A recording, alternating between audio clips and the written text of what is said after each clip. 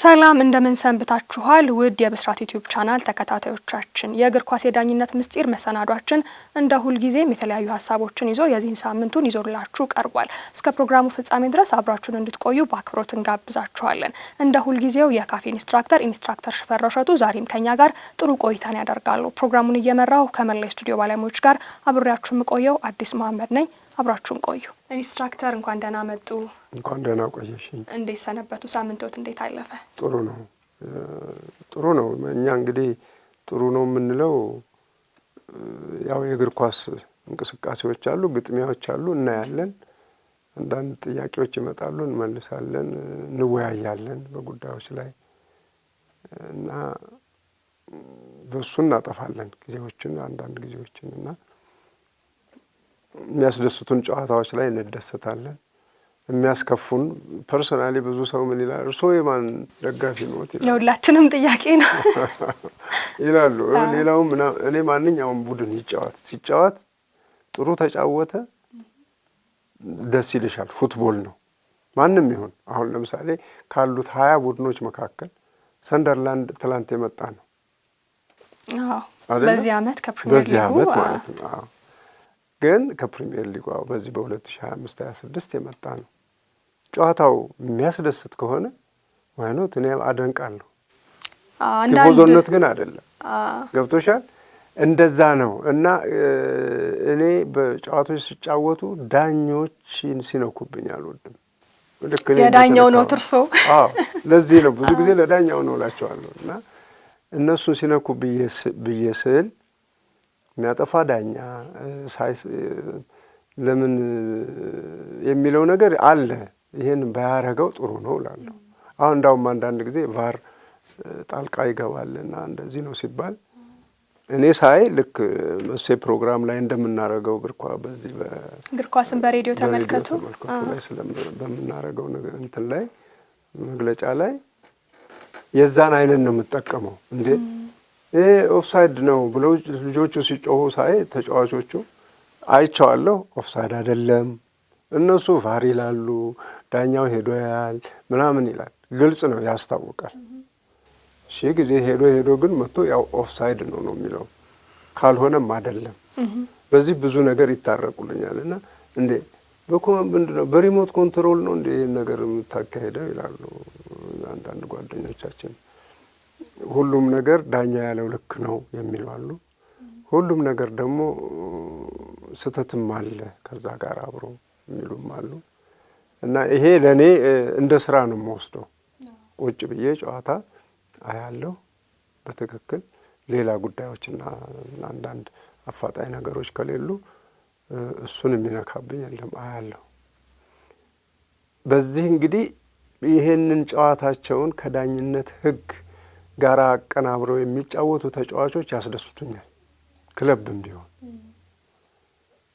ጥሩ ተጫዋቾች ናቸው ስላቸው የቆየሁት በዛው ደቂቃ ውስጥ ተነስተው ወይ ዳኛ ላይ ሲያማርቁ ወይ ደግሞ ተጋጣሚውን አላግባብ የሆነ ነገር ሲፈጽምበት ሳይ ወይ ደግሞ አንዳንድ ተጫዋች ደግሞ ሲሚሌሽን የምንነጋገራቸው ነገሮች ማስመሰል እንደሱ አድርገው የዳኛውን ውሳኔ ለማስቀየር ለማሳሳት በሚያደርጉት ጊዜ ቅር ይለኛል። ቅር ሲለኝ ግን ይሄ ቡድን እኔን ቅር ስላለኝ መሸነፍ አለበት ብዬ አይደለም። ያኛው ስላስደሰተኝ ጥሩ ነው እሱ ቢያሸንፍ ይሻላል ማለትም አይደለም። እና እንዲህ ነው የኔ አቋም። ይሄ ነው ሲጀመር ጀምሮ ነው ኳሱን ጀምሮ እንዲህ ያለ ነገር የለም። ለምን በልጅነታችን ኳስ እየተጫወትን በጨርቅ ኳስ እና ደግሞ ፓሎኒ ኳስ ይባል ነበር ላስቲክ ኳስ ስንጫወት ድሮ ቢጫ ቀይ እና ሰማያዊ ፊሽካዎች ነበሩ። ምናልባት ደርሰሽባቸው እንደሆነ አሁን ለልጆችም ይሰጣሉ። እነሱ ገና ያን ጊዜ በጣም ለኛ ጊዜ በጣም ጥሩዎች ነበሩና በገመድ ይታሰሩና አንገቴ ላይ አድርጌ እሱን እየነፋው ነበረ እየተጫወትኩ ግን አጫውታለሁ። ራሳቸው ልጆቹ እሱ ያጫውተን እሱ ያዳላብናል ምናምን ይፈራል ለነሱ ነው የሚሰጥብን ይላል። አዎ ከመጣ የሚሰጠው ነገር እዚህ ነው ረግጣችኋል ብዬ እላለሁ። እኔንም ረግጦኛል ብዬ ስነፋ ደግሞ ያው በቃ እሱ ሲነካ ሊነፋ ነው ይላሉ። ምን ያው የልጆች ጨዋታ ነው በልጅነት ደረጃ ነው የሚታየው። ያልም ዳለ ወደ ላይ እና አንድ ወቅት ላይ ብሔራዊ ቡድናችን ለ1980 ይመስለኛል ኢስት ኤንድ ሴንትራል አፍሪካ ነው ሲጫወት ጓደኞችም አሉ እዚህ ዳኞች አሁን ትልቅ ከሆነ በኋላ ነው 80 ዓመተ ምህረት አማኑኤል የሚባል ከኤርትራ ምርጥ ወደ ኢትዮጵያ ብሔራዊ ቡድን ላይ ይጫወት ነበር። ጥሩ ተጫዋች ነበር። የብሔራዊ ቡድን ኳስ ወደ ውጭ ወጣችና ያችን ኳስ እኔ እዚህ በክብር ትሪቡን ገደማ ነው ቁጭ አልኩትና ከዚህ ጋር እንደ ላይ ነው ቁጭ አልነው። ከዚህ አነሳትና ሲወረውር አንስቶ ሲወረውር ይሄን እግሩን አንስቶ ነው የወረወረው። ህጋችን ነው እንግዲህ እኔ በዛ በህግ ውስጥ ነው ያለሁት ምን ጊዜም እንደዛ ደግሞ ይቻላል ሁል ጊዜ። ስለዚህ እሷ አነሳና ወረወረው ያን ኳስ። እሱ ሄዶ እዚህ ፔናልቲ ኤሪያ አካባቢ ሲደርስ አንዱ በቀጥታ በቮሎ እንደሚባለው እንደመጣ መታው አንድ የኢትዮጵያ ተጫዋችና ገባ። ጭፈራ ሆነ። ዳኛውም አጸደቀ። ከፋኝና ይሄ ዳኝነት አሁን ይሄ ዳኝነት ነው አልኩ። እዚህ ያሉት በምንም ይሁን ማሸነፍ አለብን። ይሄን ማካል አሸነፍን ያኛውን አናልፍም ወደ እንትኑ ለማለፍ ይሄ ማለፍ አለብን ሲሉ ጓደኞችን ጭምር ታዘብኳቸው። ልክ አይደለም። ህግ ነው። ለእናትሽ ልጅም ይሁን ከብዙ ቤተሰቦቻችን ጋር ተጣልተናል። ብዙ ያኮረፉንም አሉ። ብዙ ህይወት አልፏል በኳስ ቤት። ህግ ነው ካልሽ በህግ ነው መሄድ ያለብሽ። ጨዋታው ነው የወዳጅነት ሊሆን የሚችለው። አሁን ፍሬንድሊ ማች ሳለ ህጉ ግን አይደለም። እንግሊዝ ከጣሊያን ሊጫወት ይችላል፣ ከጀርመን ሊጫወት ይችላል። የእንግሊዝ ዳኛ ሊያጫወት ይችላል። ይሄን ሁለቱን ቲም የወዳጅነት ብሎ ማለት ነው። ግን እንግሊዝ ስለሆነ ለእንግሊዝ ያኛው ጀርመን ስለሆነ ብሎ ነገር የለም። ህጉን በትክክል ነው መተርጎም የሚያስፈልገው ነው። እና ስለዚህ መደገፍ ሳይሆን ዳኛውን የዳኛውን ህግ ምን ያህል ተከብሯል የሚለውን መከታተል ስለሆነ በዛ ሳቢያ ነው እነዚህ ልጆች ጥሩ አይደሉም ዳኛውን እንዲህ አድርገዋል ስል ግን ያኛውን ቡድን የተደገፈ ይመስላቸዋል ሰዎች ምናልባት በጨዋታም ሆነ አብረን ቁጭ ብለን ስናይ ከዛ አንፃር ነውና የገሌ ቡድን የሚለውን አልሰራ አላይም። በዳኛው ላይ የሚሰራው ስራ በተጫዋቾች ላይ ተጫዋች የሚሰሩትን ክፋት፣ ተንኮል እነዚህ በስጨት ካረጉኝ እንዴት እንዲህ ያደርጋል ካልኩ ያኛው ወገን የተደገፈ ነው የሚመስለው ብለሽ ስታይ። እኔ ግን ያን የዲሲፕሊን አካሄድ ነው የተከታተልኩት ያለሁት ለማለት ነው። ጥሩ ኢንስትራክተር፣ እንግዲህ ወደ ዋናው ፕሮግራማችን ከመግባታችን በፊት ስለ ዳኝነት ስለ ህጉ የተለያዩ ሀሳብና አጋሩን። ቀደም ብሎ ደግሞ በእርሱ የዳኝነት የእግር ኳስ ህይወትም የነበረውን ታሪክ አስታወሱን። በጣም ነው የምናመሰግነው። ለዛሬ ወደ ያዝነው ዋና ርዕሰ ጉዳይ እንግባና የማዕዘን ምትን እናንሳ።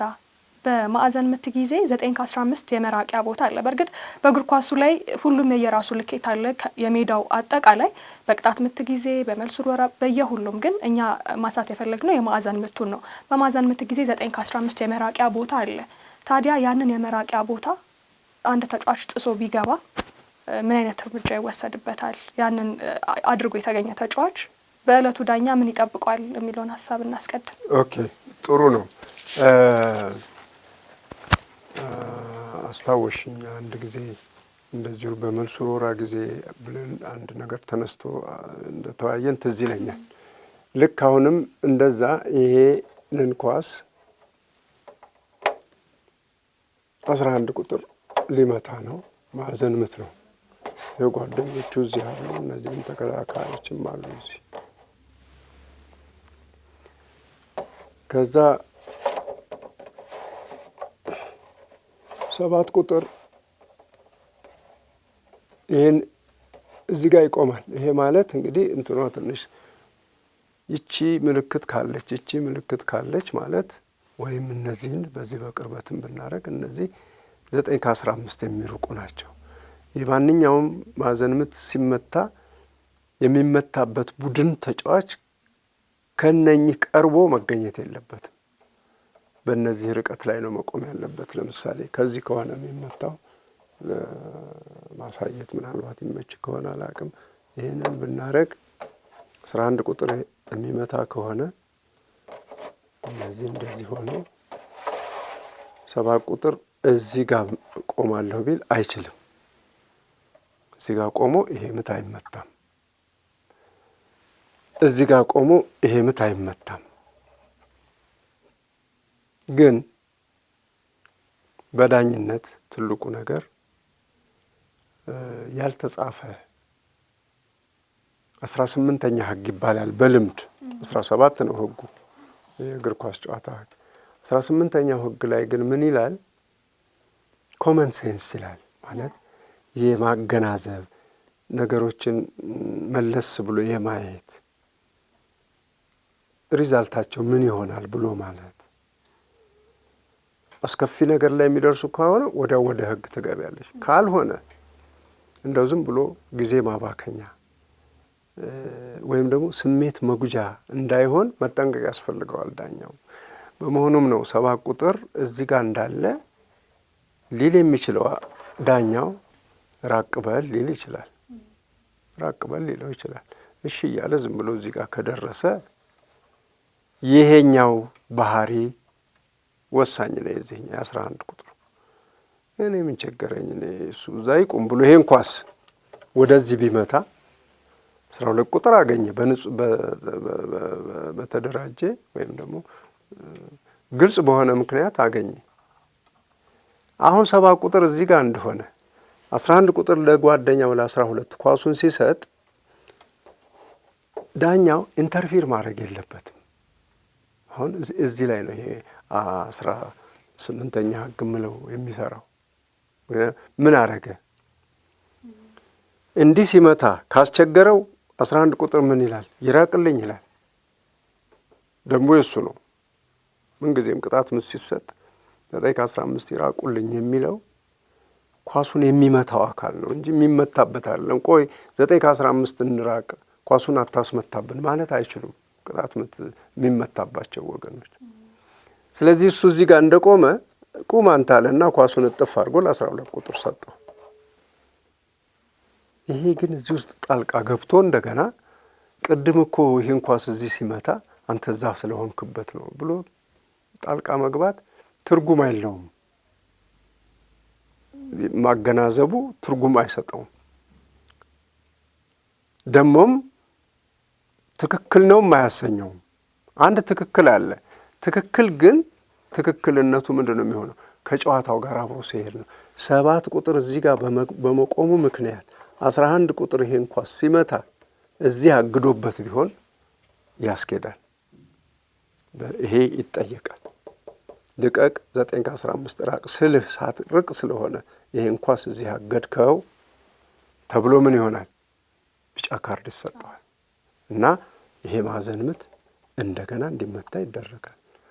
ለምን? ቦታውን ርቆ አይደለም የመታው፣ ራቅ እየተባለ ነው ዘሎ የገባው። አሁን ከሱ ይልቅ ይሄኛው ኳሱን ወደዚህ በማጠፉ ምክንያት ጨዋታው ምን ሆነ? ሰላማዊ በሆነ ሄደ። ለምንድን ነው ዳኛው እንደገና እዚህ ውስጥ ኢንተርፌር የሚያደርገው?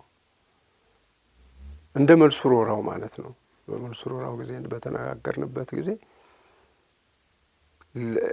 ቢጫው ኳሷን ካወጣ በኋላ መልሶ ደግሞ አነሳና ወደ ጨዋታው ሜዳ መለሳት ብለን ካል ዳኛው በዛ ጊዜ ፊሽካ አቁሞ ነው ቀዩ ነው የሚወረውረው ብሎ ያንን መልሱ ሮራ ያስደግመዋል። እንዲመታ እንዲደገም በራሱ በዚህኛው ተጫዋች ያደርገዋል እንጂ ይሄን ለምን አረክ ብሎ ቢጫ ካርድ ሊሰጠው አይገባም ተባብለን ነበር። እና አሁንም በዚህ አመታት ምክንያት ጣጫ ለውጦ ለጓደኛው ከሰጠና ጨዋታው እንዲቀጥል ካረገ ይሄ ተጫዋች ሊቀጣ አይገባው፣ በዲሲፕሊን አይቀጣም።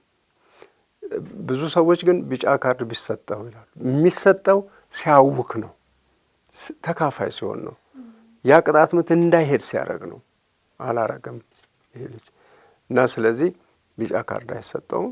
ጨዋታው ግን በእንዲህ አይነት ይቀጥላል። 12 ቁጥር ቢፈልግ ወደ መሃል ገፋ አድርጎ ሊመታ ይችላል። ከዚህ እግር ወጥቷል። ይሄም ጥፋት አጥፍቷል፣ ግን ምንም ነገር ሊደረግ አይችልም። አሁን አንዳንድ ጊዜ ካጠፋ በኋላ አድቫንቴጅ ብለሽ ተመልሰሽ ያጠፋውን ተጫዋች ቢጫ ካርድ የምትሰጭበት ጊዜ አለ። እሱ ገና ይሄ ይስማማል ወይ አይስማማም? ያኛው ልጁም ተጎድቷል። እሱ ግን ጉልበቱን እንደያዘ እዚህ እግሩን እንደያዘ የተጎዳውን ፓርት ጓደኞቹ እንዲጫወቱ ግን የቀረባቸው ስለሆነ የተለቀቀላቸው አድቫንቴጅ ተብሎ የተፈቀደላቸው ስለሆነ በዛ ኳስ ተጫውተው ግብ ሊገባ ይችላል። ጥፋቱ ግን አጥፍቷል፣ ልጁ አጥፍቷል፣ ተራግጧል 7 ቁጥር ብለን ካል ያ ጨዋታ በሆነ ምክንያት ሲቆም ተመልሶ መጥቶ ለዚህ ቢጫ ካርድ ይሰጠዋል። ኢቭን ቀይ ካርድም ይሰጠዋል።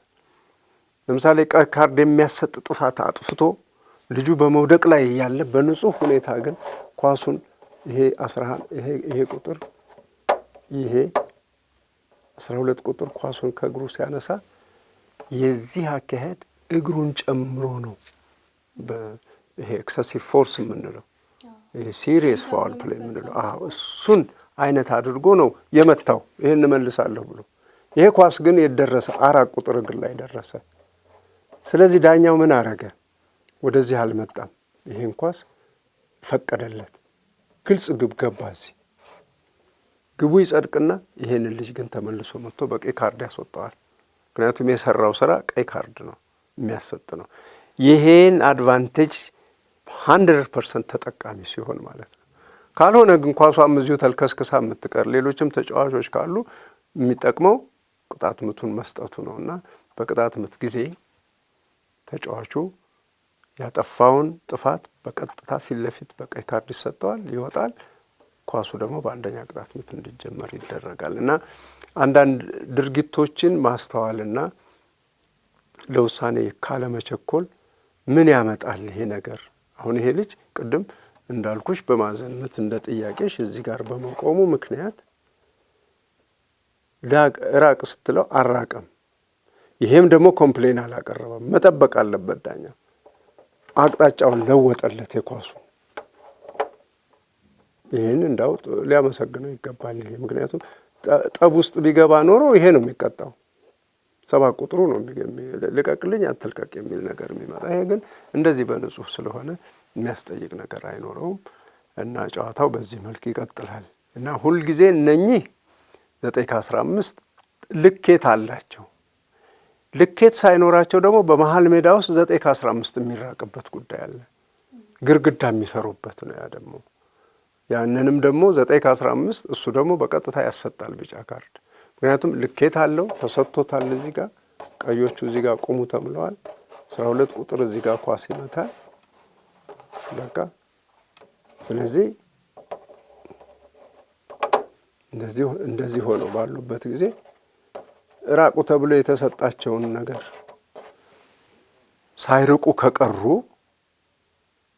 ግርግዳውን ከጣሱ ይሄ ጨዋታ ኳሱ ወደ ጨዋታ ሜዳ ከመግባቱ በፊት ነው እንግዲህ እስከዛ ድረስ እስኪገባ ድረስ መቆም ነው ያለባቸው። ምን ማለት ነው? ኳሱ እስኪገጭ ድረስ በእግር ተገጭቶ ወደ ጨዋታ እስኪገባ ድረስ ቆመው መጠበቅ አለባቸው። ይሄ ሳይሆን ግን ይሄ እግሩ ገና ወደ ኳሱ ሲሄድ እነዚህ ዘለው መምጣት ይጀምራሉ። ያኔ ከቀደሙት ስንቱ ለምንድን ነው ሁሉም ናቸው የገቡት ይላሉ። ቢሆንም ዳኛው አሁንም ኮመን ሴንስ በመጠቀም ቀድሞ የገባውን አሁን እንዲህ ሁሉም ሳጡ ቀድሞ የገባውን ልጅ ለሱ ቢጫ ካርድ ይሰጠዋል እንጂ ለአራቱም በአንድ ጊዜ አይሰጥም። ይሄም ደግሞ ዋዝ እንትን ጥበብ ይጠይቃል። ይሄም እና እንደዛ ተደርጎ ጨዋታው እንደገና ቦታችሁን ያዙ ተብሎ የቅጣት ምት ይመታል። ይህችኛዋ ግን ኦልሬዲ ምልክት አላት። እዚህ አታስቸግርም። ሮጦ መጥቷ ተከላካዩም እዚህ ነው የሚቆመው፣ እዚህ ነው የሚቆመው። እንዲህ አይነት ነው የምንሄደው በዚህ አይነት ነገር ሲያጋጥም። ያው ምናልባት ሌላኛውን ጉዳያችን ለዛሬ ያዝነው ስለ ማዕዘን ምት ስለሆነ በዛው አንድ ላይ ጥሩ ኢንስትራክተር እንግዲህ ለዛሬ ያዝነው ሌላኛው ጉዳይም ከማዕዘን ምት ጋር የሚገናኝ ስለሆነ የተለያዩ ያልተነሱ ሀሳቦች ካሉ በዛ ውስጥ እናካትታቸዋለን። በማዕዘን ምት የመጣን ኳስ ለማግኘት በአንድ ጨዋታ ላይ ተጫዋቾች የሚቆሙበት ቦታ አለ። እንግዲህ የማዕዘን ምት ሲመታ እንደሚታወቀው አብዛኞቹ የአየር ላይ ኳሶች ናቸው። ምናልባት አቅራቢያው ላለ ተጫዋች እዛው ቅብብሎሽ አድርገው መጫወት ካልቻሉ በስተቀር የአየር ላይ ኳሶች ናቸውና በማዕዘን ምት የመጣን ኳስ አካባቢው ላይ ያሉ ተጫዋቾች ያችን ኳስ ለማግኘት ወደ ላይ ይዘላሉ። ነገር ግን ኳሷ በተቃራኒው ወደ መሬት ትወርዳለች ወይም መሬት ላይ ትወድቃለች። እናም በዚህ ጊዜ የአጥቂ ስፍራ ተጫዋች ያችን ኳስ በእጁ ያነሳል። ሲጀመር በእጅ ማንሳትስ ይቻላል? ሆኖ እስከሆነና ሆኖ ከተገኘስ ዳኛው ምን አይነት ውሳኔ ይወስናል? ኦኬ፣ ምን ለማለት ነው የዚህ ጥያቄ እንደምረዳው፣ ሌላው ቴክኒኩ ነገር የሚጠፋ ሆኖ አይደለም። አንደኛ ቅጣት ምት መስጠቱ፣ ኳስ በእጅ ሲጫወት መቀጣቱ ተጫዋቹ ይሄ ነገር አይመስለኝም። አብረን እንመልሳቸዋለን። የሚፈለገው ምንድን ነው? ኳሱን በእጅ የተጫወተ ተጫዋች ቢጫ ካርድ ያገኛል፣ ቀይ ካርድ ያገኛል። ቢጫ ካርድ የሚያገኝባቸው ሁኔታዎች አሉ፣ ቀይ ካርድ የሚያገኝባቸው ሁኔታዎች አሉ። ልትገባ የነበረችን ኳስ በእጁ ካስቀረ በቃ ቀይ ካርድ ያገኛል።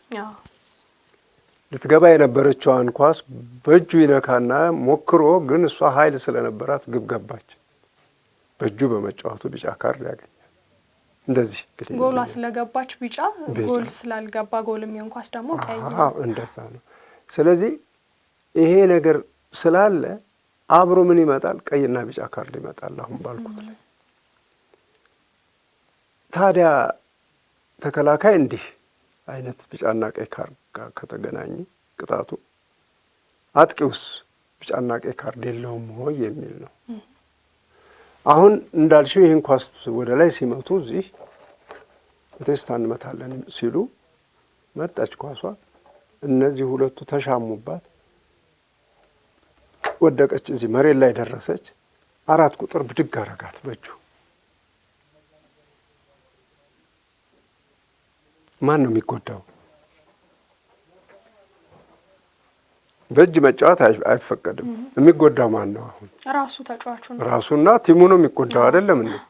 ይህን ልጅ ታዲያ በእጅ ተጫውተሃል ብለሽ ቀይ ካርድ ወይ ቢጫ ካርድ ተጫዋለሽ እንዴ? አሰጪውም። ምክንያቱም ተጠቃሚው እሱ ስለሆነ ነው። ዘአዘር ወይ ራውንድ ደግሞ ስታየው ይሄ ልጅ ኳሱም በእጁ የነካበት ምክንያት አለው። ይሄ ቢጫ ቡድን እየመራ ነው። ጨዋታው አልቋል። ጥቂት ሽርራፊ ሰከንዶች ነው የሚቀሩት። ይሄን ኳስ በእጄ ከያዝኩት ቅጣት ምት ይሰጣል። ይሄ ቅጣት ምት እስኪመታ ልጆች ቦታቸውን ይዛሉ። ከዛስ ይሄ ቅጣት ምት እስኪመታ ድረስ ጨዋታው ያልቃል። በራሱ ካልኩሌት አድርጎ አሸናፊነት እንወጣለን። አንዱ ቴክኒክ ይሄን ነው የማደርገው የሚል ነገር አይምሮ ውስጥ ጠንስሶ ከሆነ ያደረገው ዳኛው ይሄን ማወቅ አለበት። ይሄን ያደረገው ለምንድን ነው ብሎ ማለት ነው። አለበለዚያ ተጎጂው እሱ ነው። እችን ኳስ ማግባት የሚችለውን ኳስ በእጁ ከያዘ ምንም ማድረግ አይደለም። እንደውም ቅጣት ምቱ ያው ይሰጣል። እንኳንስ አይደለም በእጁ ይዞ ኳሱን እጁን ጨርፋ ብትገባ እንኳን ግቡ አይጸናም። በእጅ በመጫወቱ ምክንያት አይደለም። ሆን ብሎም ባይሆን ሆን ብሎም ሆነ አውቆም ይሁን ሳያቅ ኳሱን በእጁ ነክቶ ውጤቷ ግን ኳስ ግብ የመግባት ጉዳይ ከሆነ ይሻራል። ስለዚህ ይሄን ያውቃል 4 ቁጥር በዚህ አይነት እንደሚቀጣ።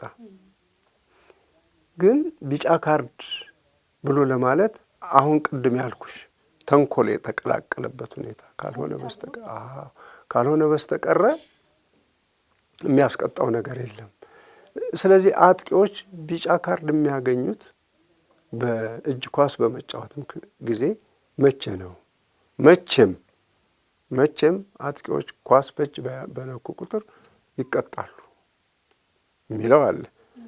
ይቀጣሉ ካል ግን ኳሱ ላይ ነው ቴክኒኩ ላይ ነው እንጂ በዲሲፕሊን አይደለም። በዲሲፕሊን የሚያደርጋቸው መቼ ነው ያልን እንደሆነ እነዚህ 9 ቁጥሩ ኳሱን በእጁ ነክቶ ሆን ብሎ ግብ ካገባት፣ ተከላካዩም ሆን ብሎ ደግሞ በእጁ ኳስ ግብ እንዳትገባ ካደረገ፣ እነዚህ ከሆኑ ከካርድ ጋር አብረው የሚሄዱ ናቸው። ይሄኛው ግን ኖንሴንስ ነው ማለት አነሳው ኳሱን ራሱ ነው የሚጎዳው። ጨዋታውን እንደገና ታስጀምሪያለሽ። እሱ ለራሱ ግብ ገብቶበታል እንበል 4 ቁጥር ራሱን እየቀጣ ነው እና ስለዚህ ከተንኮል ጋር የተያያዘ መሆኑን ማረጋገጥ የሚሰጠው ውሳኔ ለተጋጣሚውን የሚጎዳ እንዳይሆን ጊዜ በማባከንም ይሁን ከግብ ጋርም በተያያዘ ይሁን ያን ተጠቃሚ የማያረግ መሆኑን መፈተሽ ያስፈልጋል። እንደዛ ከተደረገ መቼም ጊዜ ይሁን እንካ ቅጣት ምቱን ብቻ ሰጥቶ መሄድ ነው። ለምሳሌ ራሱ ተጫዋቹ በራሱ ኳስ እየገፋ ሲሄድ እኮ በእጅ ኳስ ይነካል። በእጅ ይነካል። እዚህ እንዲህ እያደረገ ሲሄድ አነሳለሁ ሲል ትነጥራለች። በተለይ በአየር ላይ ያሉ ኳሶች ቀጥል ለማለት ያስቸግራል። ቀጥል ለማለት የሚቻለው መቼ ነው? በተፈጥሯዊ አቋቋም ላይ ያለ እጁን ከነካ ምን ያርገው? በረጅም ኳስ ይመጣለታል። ኮንትሮል ሲያደርግ ከሱ ደረት ላይ ወርዶ እጁ ላይ ሊያርፍ ይችላል። ኳሷ ወደሱ ስትመጣ ማለት ወደሱ ሲመጣ፣ ስለዚህ ኮንትሮል ላይ ማድረጉ ሁኔታ ቴክኒክ ስህተት ሊኖረው ይችላል። ደረቱን በደንብ ሰፋ ላያረግ ይችላል።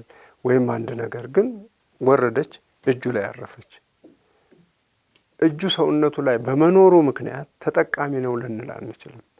እጁ ታዞ ሌላ ስራ ካልሰራ በስተቀር ኳሱን እንዲነካ ካልታዘዘ በስተቀር እና ይህንን አብሮ ማሰብ ያስፈልጋል። በዚህ ረገድ ይሄ በእጁ ኳሱን ያነሳ ተጫዋች እንዲህ ያለ አሁን በተነጋገርነው ሁኔታ ካርድ የሚያይ አይሆንም። ግን ቅጣት ምቱን በአንደኛ ቅጣት ምት እንዲጀመር ይደረጋል ጨዋታው።